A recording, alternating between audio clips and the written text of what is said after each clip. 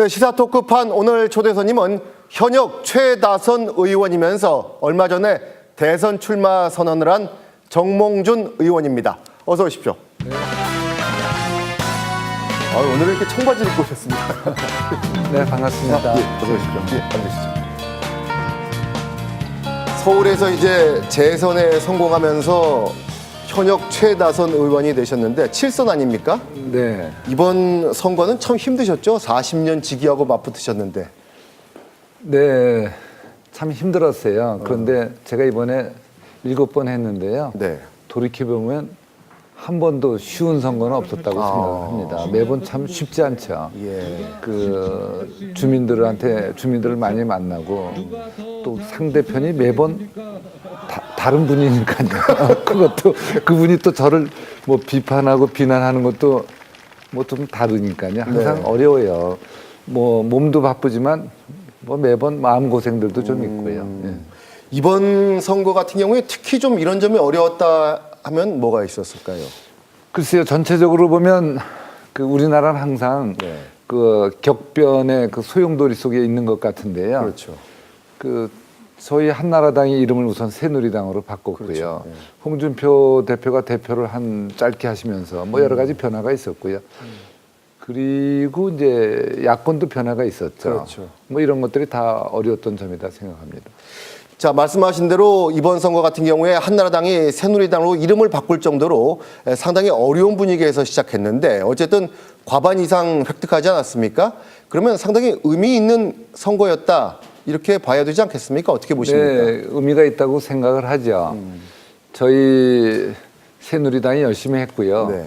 박근혜 위원장께서도 이제 투혼을 보여주셨다 이렇게 생각은 하는데요. 네.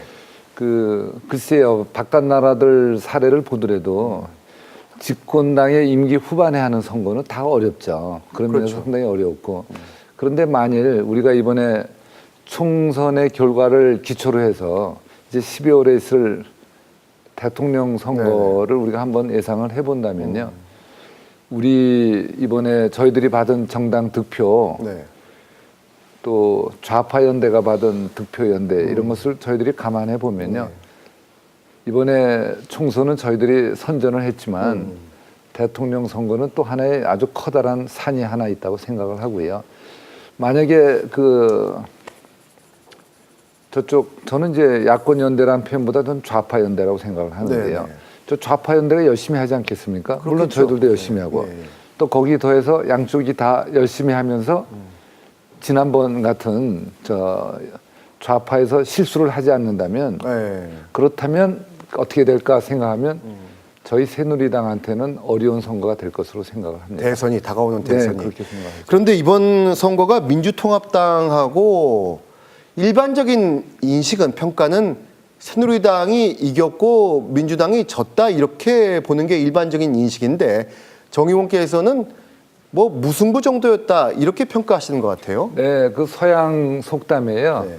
우리가 말하는 진리는 여러 가지 얼굴을 하고 있다고 그렇죠. 생각하니까요. 예, 예. 우리가 여러 가지로 평가하는 건 당연한 일이라고 생각을 하는데요. 무승부라고 보는 건 어떤 이유에서 그렇습니까? 저희들이 의석수는 예상보다 좀 더했죠. 그렇죠. 그렇지만 저희는 한 170석에서 후퇴를 했고요. 아, 줄었다. 저분들은 이제 많이 늘어났고 또 중요한 것이 네.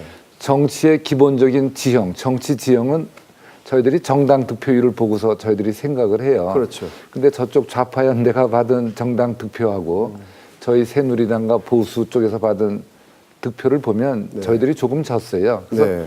크게 보면 이번은 이제 무승부라고 보는데요. 이걸 기초로 해서 대선을 본다면요. 네. 우선 이번에는 전국 투표율이 54% 그렇죠. 수준이었죠. 네. 근데 대통령 선거 투표율을 역대 투표율을 쭉 보면은요. 네. 이명박 후보가 당선될 때 63% 수준이었고요. 노무현 후보께서 당선될 때 71%. 네.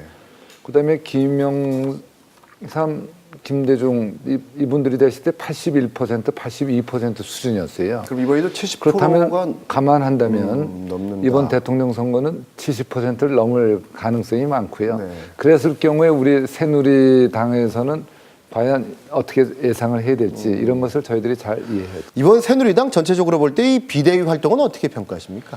이제 곧 해체될 텐데. 저는 그 홍준표 대표 체제가 이제 마무리될 때요. 네. 비상대책위원회 저는 그런 단어도 사실 저는 거부감을 많이 느꼈고요. 그 전당대회를 해서 새로운 대표 지도부를 뽑는 것이 정통성이 있고 합법적인 방법이라고 이제 생각은 했었는데요. 네. 근데 비대위가 구성되면서 그 비대위는 저는 볼 때 그 외부에서 온 비대위원들은 당원이 아닌 분들이 많이 있었다는 거죠. 당원이 아니면 오늘 이 시점에도 그렇죠. 예. 오늘 이 시점에도 예. 저는 이거 법률적으로도 문제가 있다고 봐요.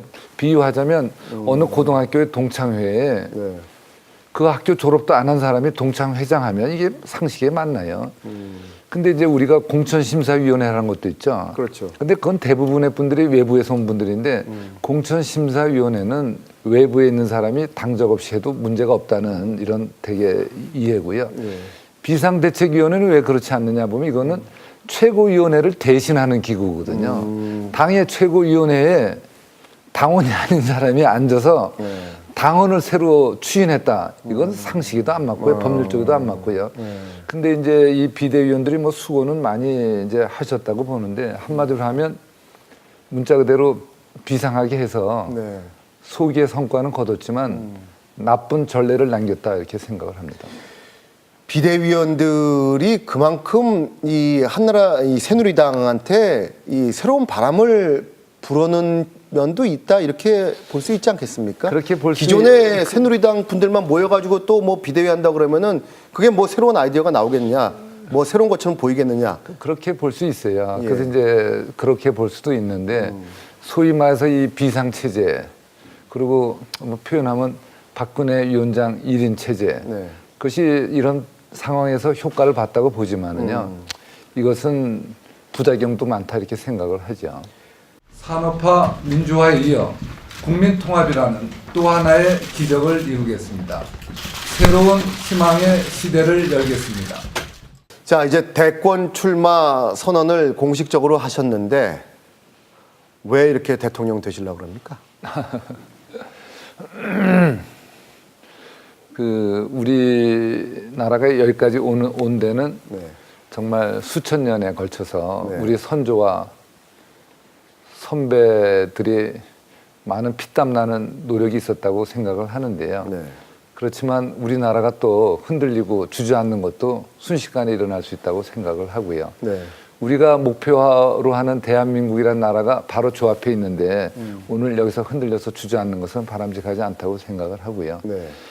요즘 우리나라의 뭐 요즘 세상의 특징이라는 것이 소위 말하는 국내 문제와 국제 문제를 구별해서 생각하기 어려운 시대에 살고 있다고 생각을 합니다. 우리나라에서 중요한 그 남북 문제, 북한 문제, 또 서민 경제를 살리는 문제, 또 중국과의 외교 문제, 또 일본과 뭐 독도 문제라든지 이런 문제들이 다 중요한 그렇죠. 문제이면서 이런 문제들을 잘 해결해 나가기 위해서는 국제사회의 협조가 꼭 필수적이거든요. 뭐 이런 분야에서 그런 분야에서 제가 뭐 공부도 하고 네. 경험도 했다고 생각을 해서 출마를 결심했습니다.